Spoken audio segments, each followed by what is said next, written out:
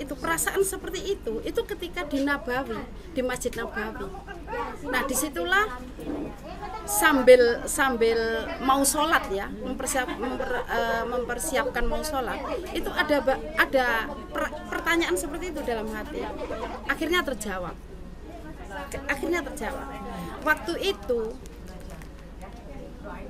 kan di depan saya itu ada tembok itu tinggi dan besar gitu.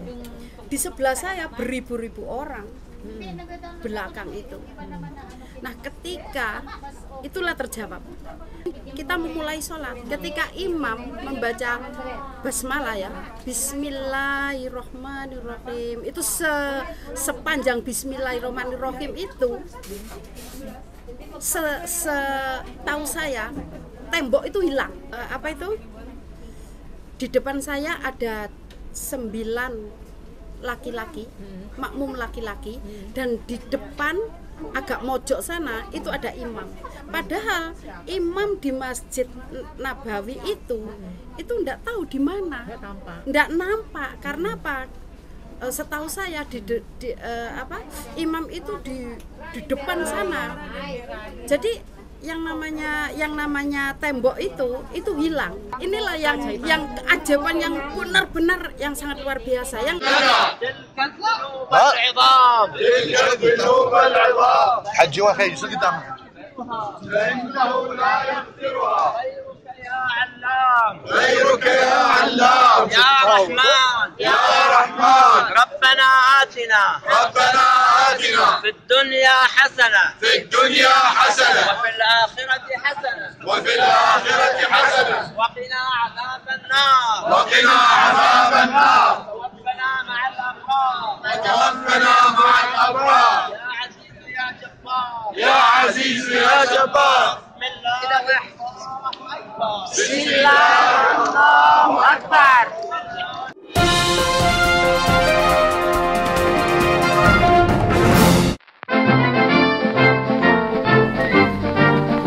Assalamualaikum warahmatullahi wabarakatuh. Waalaikumsalam warahmatullahi wabarakatuh. Bu Hajatuti Amalia, terima Ya. kasih atas waktunya. Gimana kabarnya? Alhamdulillah sehat. Alhamdulillah luar biasa ya. Nah teman-teman semua, hari ini ya Nimas ada ngobrol bareng bersama Bu Hajatuti Amalia. Pengen tahu bagaimana proses haji dan umroh di Hong Kong seperti itu. Ya, karena banyak teman-teman nih Bu, bekerja udah lama, ada yang 10 tahun, ada yang 20 tahun. Sedangkan nanti kalau pulang ke Indonesia mau haji dan umroh bingung. Ya. Nah, Nimas nih Bu, pengen tahu bagaimana dulu haji dan umrohnya seperti itu. Oke. Dulu gini Bu, bagaimana prosesnya seperti itu untuk haji dan umroh misalnya? Umroh ya, untuk umroh dulu. Umroh Oke. dulu, oke. Saya tahun 2015 itu umroh lewat Hong Kong ya. Yang mana waktu itu lewat Dompet Duafa Hong Kong. Organisasi. Ya, organisasi Dompet Duafa Hong Kong. Enak sih, mudah. Ya.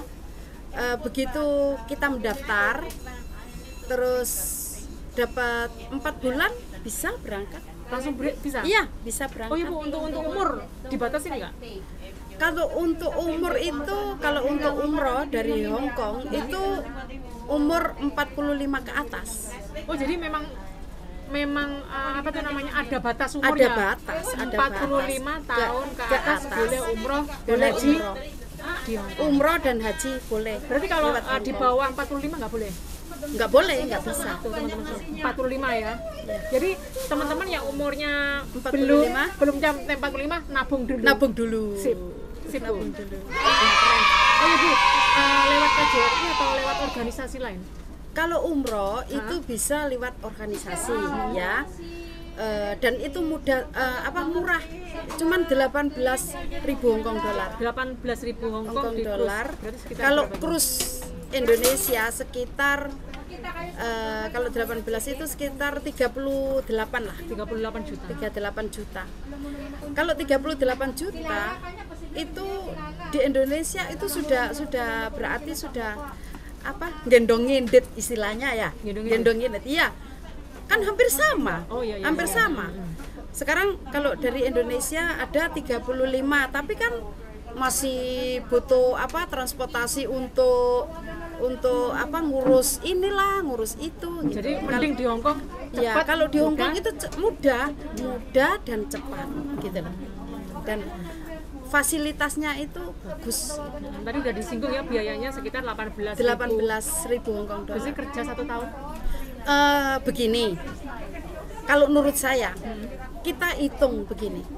Kalau umpama kita ini berada di Hong Kong selama 4 tahun, 18 dibagi 4 itu berapa? Kan begitu. Katakanlah 4.000 begitu. Berarti 1 tahun kita siapkan gaji kita 1 bulan gaji, terus kita tabung selama 4 tahun, kita sudah bisa. Berarti 1 bulan nabungnya berapa ini?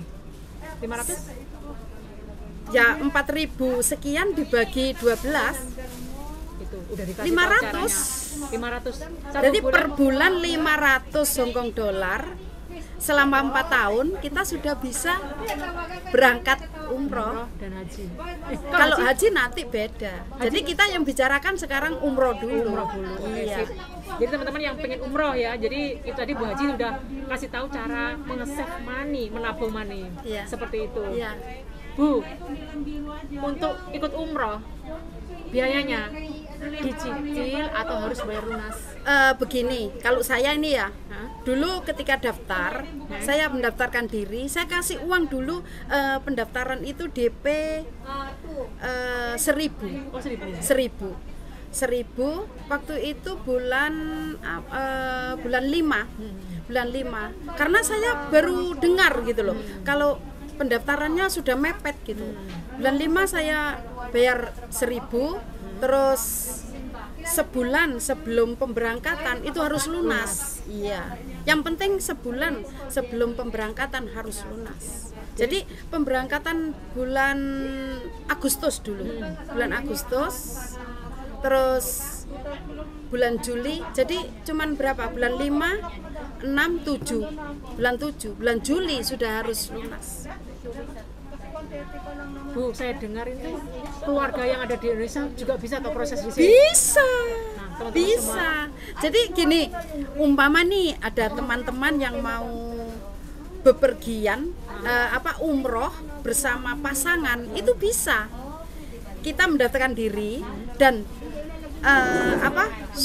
suami atau anak atau bapak atau ibu itu kita daftarkan lewat Hong Kong. Nah, di situ mereka nanti daftarnya lewat Hong Kong. Jadi semua data dokumen itu dikirim ke Hong Kong dan Hong Kong nanti dikirim kembali ke pusat ke Indonesia.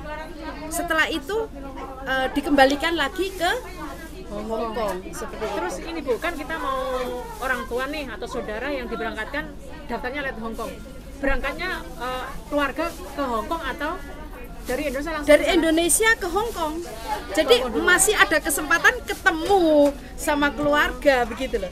Jadi nanti yang di Indonesia itu diberangkatkan di Hong Kong. Jadi kita berangkat bersama-sama dengan entah itu istri, ya entah itu suami, entah itu bapak atau ibu atau mertua atau anak begitu. Seperti saya, kebetulan anak saya pengen umroh, oke lah supaya tahu bahwa bagaimana sih Hong Kong itu sekalian begitu. Saya berangkatkan dari sini juga. Gimana Bu fasilitasnya, makanannya, hotelnya, seperti apa yang diterima? Nah begini, memang kalau fasilitas Hong Kong kan kalau di Indonesia itu umroh plus ya, umroh plus itu kan sekitar 40-45. Nah, Hong Kong saat itu harga 18.000 Hong Kong dolar itu sekitar 42. Jadi sama dengan Indonesia. umroh plus. Seperti itu. Iya, sama dengan umroh plus. Dan berapa lama itu 14 hari. Jadi untuk hotelnya itu dekat sekali dengan masjid, cuman beberapa langkah gitu. Apalagi dengan Mekah ya, dengan Ka'bah itu dekat sekali. Terus dengan apa itu, pokoknya hotelnya itu dekat dengan jam-jam Air itu. Zam-Zam. Iya, iya. Jadi umroh 14 hari. Iya, Nah, kalau 14 haji hari. berapa hari Bu? Haji 19 hari. 14 hari sama 19 hari Kalau kalau umroh haji. 14 hari, haji 19 hari. Iya. Nah, ikut teman-teman. Karena Bu Hajah Tuti Amalia ini sudah pernah umroh dan haji, makanya ini kesempatan bagus untuk teman-teman. Bu, mau tanya. Nah, pada waktu pengen ke Tanah Suci, bagaimana minta izin ke Pak Majikan. Bos, Iya, begini. Seperti itu. Alhamdulillah. Kalau memang Allah itu berkenan untuk menghendaki kita ini memenuhi undangannya, semuanya akan dipermudahkan, ya. Kebetulan saya ini ikut job saya ini mulai Bibi masih ada di dalam perut, sampai sekarang sudah bekerja di bank. Menjaga anak dari perut sampai Iya, sekarang. sampai sekarang sudah Jadi kayak anak kerja di sendiri, bank. Bu? Iya, kayak anak sendiri. Sampai panggil saya itu Mami. Panggil saya itu Mami Yiyi gitu. Mami Yiyi. Iya. Keren tuh. Dan alhamdulillah saya diberikan kebebasan untuk berhijab, kebebasan untuk salat, ya. Pokoknya dipermudah lah seperti itu. Dan ketika saya umroh itu diberi izin untuk libur itu, cuti, ya, itu 1,5 bulan. Dan ketika haji saya diberi izin kurang lebih 2 bulan. Bu, luar biasa sekali. Perbedaannya umroh sama haji pada waktu Ibu datang ke Baitullah Mekah itu seperti apa? Maksudnya rukunnya, Bukan rukun, Bukan. maksudnya suasananya. suasananya. Begini. Ah. Tahun ketika umroh saya tahun 2015. 2015. Dan ketika 2 tahun setelah itu saya baru haji. Nah, ketika saya haji itu semuanya sudah berubah. Sudah Cepat berubah. Bangunannya Itu lebih sudah bagus. pokoknya lebih bagus. Bahkan saya itu yang dulu pintu masuk ketika saya umroh, keluar masuk itu dengan leluasa. Sekarang itu malah saya bingung gitu loh, karena pintunya itu sudah berapa, 26 apa ya, Madinah loh itu, di Masjid Nabawi itu bagus sekali. Jadi pembangunannya semakin luas. Bu, boleh tanya nggak? Pada waktu di depan Ka'bah, doa apa yang Ibu panjatkan? Begini ya, ketika kita itu berada di Tanah Suci, semuanya yang ada pada diri kita itu sudah nggak ada. Jadi yang ada tuh cuman seberapa dosa saya. Saya lupa dengan anak, saya lupa dengan harta, saya lupa dengan mobil saya yang saya lupa dengan semuanya yang ada. Tapi yang ada seberapa dosa saya. Seperti itu. Jadi, dan saya tidak sempat minta apa-apa ke sana. Cuma yang sempat saya mohon, saya panjatkan, saya berdoa itu cuman apa? Cuman, ya Allah, ampunilah segala dosa saya. Dosa orang tua saya. Pokoknya yang ada cuman itu. Nggak sempat berpikir yang macam-macam. Makanya kalau ada orang yang sampai berpikir memohon yang saya kok nggak bisa gitu loh. Mungkin sudah anugerah yang sangat luar biasa bisa ke Tanah Suci, jadi mau minta apa bingung, dia cuma tobat aja lah. Ya memang niat saya di sana. Ada orang bilang bahwa ketika kita membersihkan diri dulu, setelah itu kita berangkat ke sana, itu bagi saya salah, nggak benar. Justru ketika kita berangkat dulu ke sana, di sanalah kita belajar bagaimana membersihkan diri. Karena setiap ritual, setiap prosesi di sana, sekecil apapun itu ada makna, ada hikmah gitu. Jadi dari sanalah kita, seperti halnya ketika kita di mana? Ketika wukuf, di situ kita tidak ada bedanya siapa dokter, siapa penjabat, apa seperti saya, seperti kami ya, itu pembantu rumah tangga, atau tukang ojek, atau jual apa, jual pecel atau apa gitu, itu nggak ada bedanya. Kita sama ketika wukuf itu di camp itu, ya sama kita tidur di lantai, dan ketika kita mau ke toilet ya sama, nggak peduli kamu itu dokter, jenderal apa, ya kamu harus antri gitu loh. Seperti itu, ya itu toiletnya ya itu gitu, nggak ada yang istimewa gitu loh, nggak ada. Bu, pernah nggak di sana menemui keajaiban yang di luar nalar Ibu seperti itu? Ada. Ketika ada tisu, ketika umroh saya mengalami sesuatu yang sangat luar biasa. Saya sebagai manusia dan Mbak Siti tahu kan bahwa bagaimana kehidupan di Hong Kong ini, ya kan? Nah kebetulan saya ini bekas preman gitu ya. Fotonya seperti itu. Ya, nanti ada fotonya kan, bekas preman yang rambut saya begini begitu, terus pakai pakaian dobol-dobol begitu, rokok gitu kan dulu. Nah ternyata Allah itu kasih hidayah sehingga saya memutuskan untuk hijrah dan saya akhirnya umroh. Nah ketika umroh itu antara percaya dan tidak, saya itu kok saya bisa seperti ini gitu loh.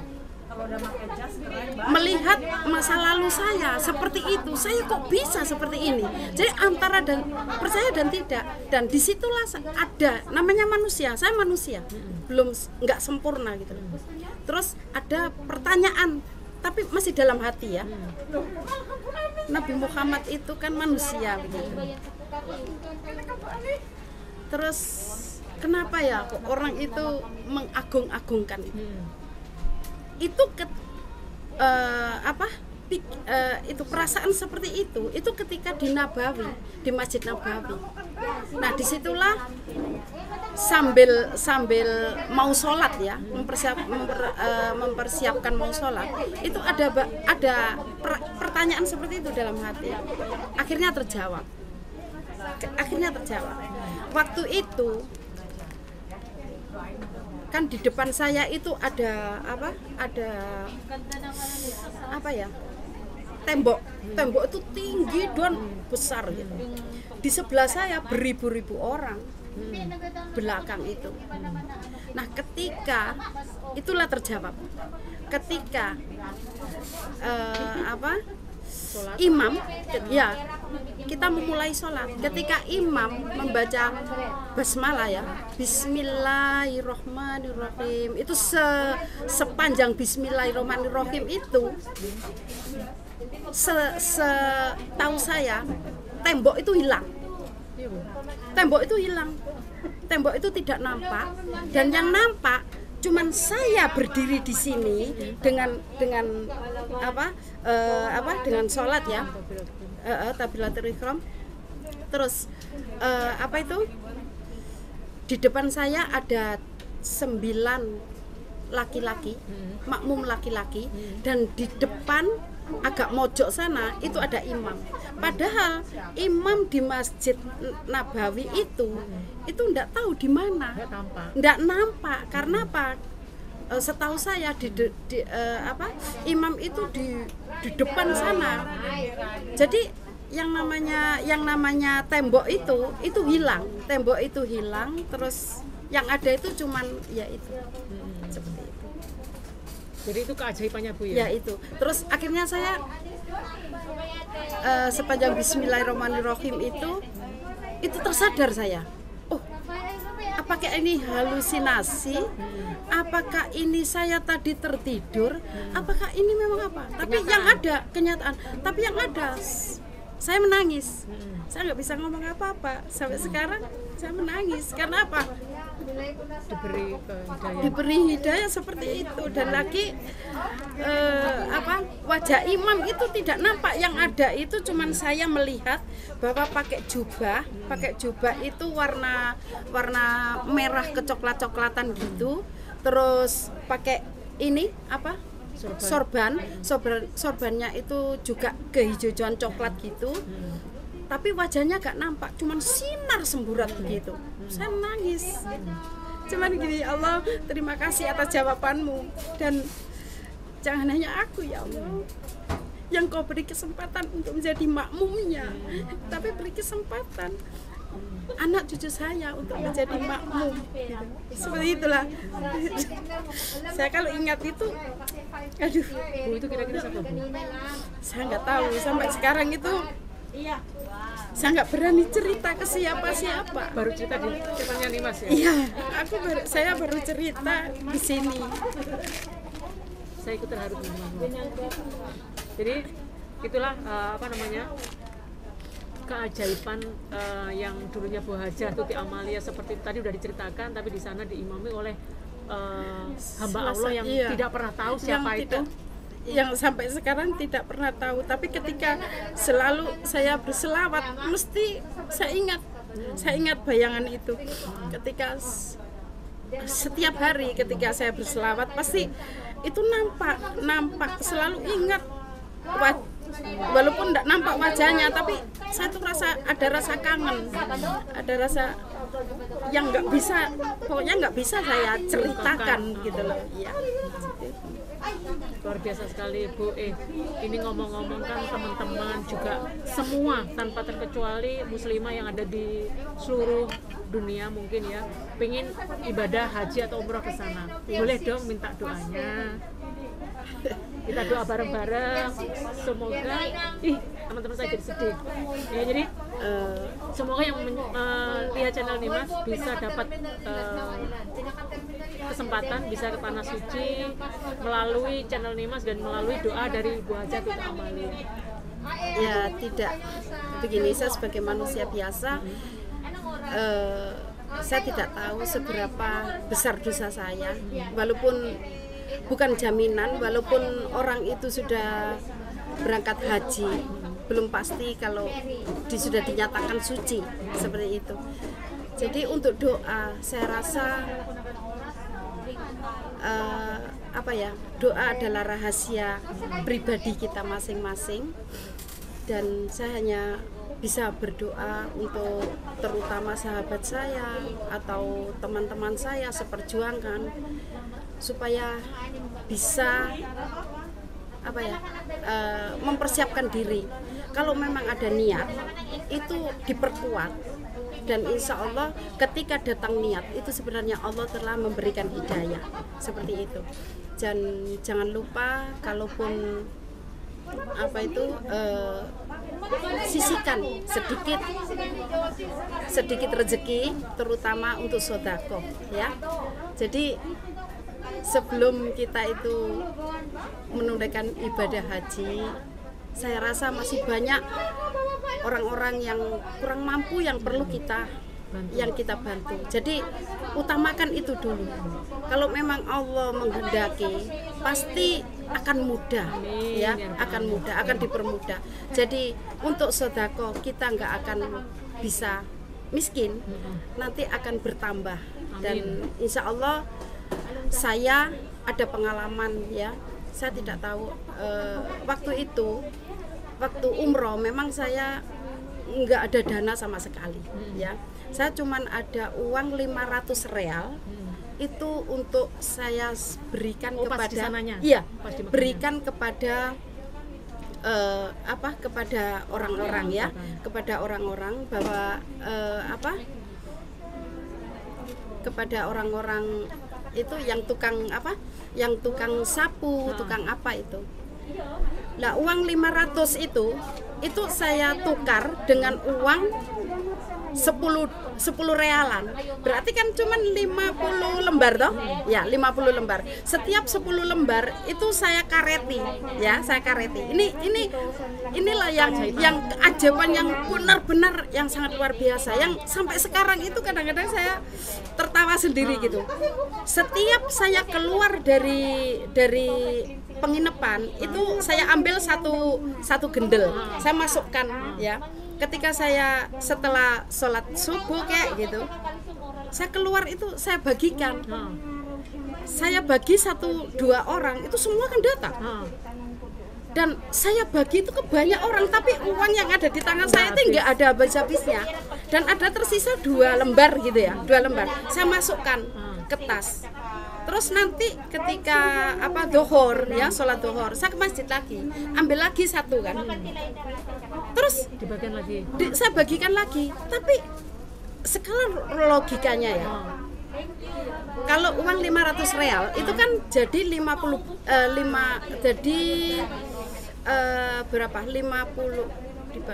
bendel loh, 5 bendel.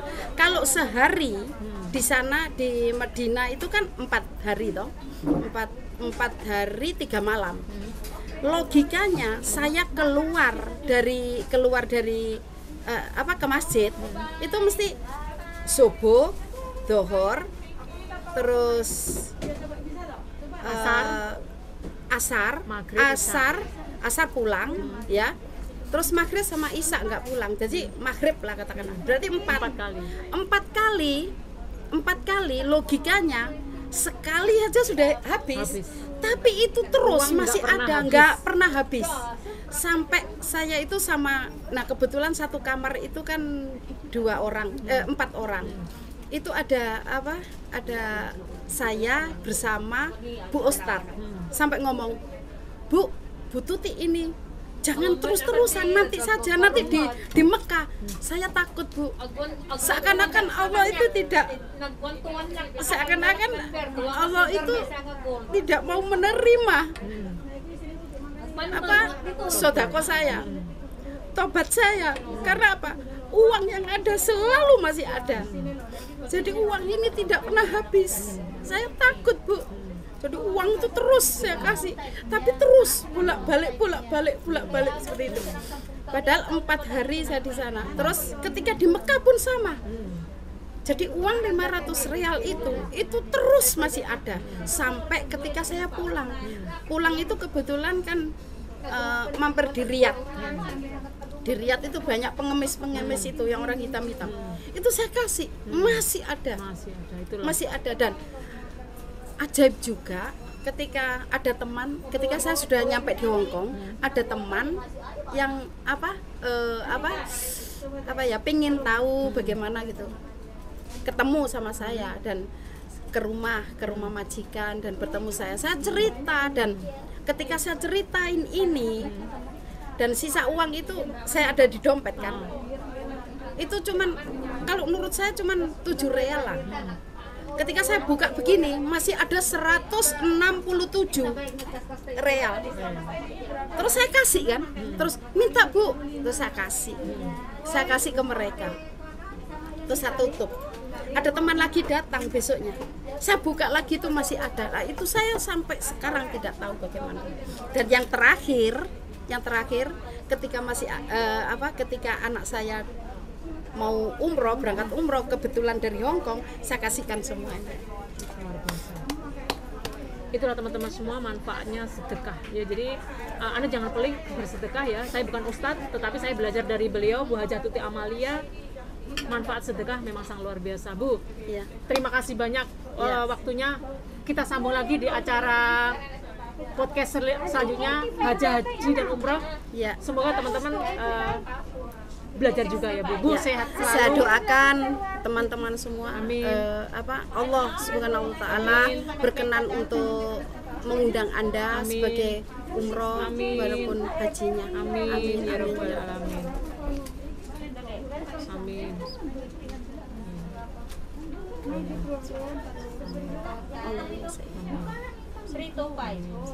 Amin.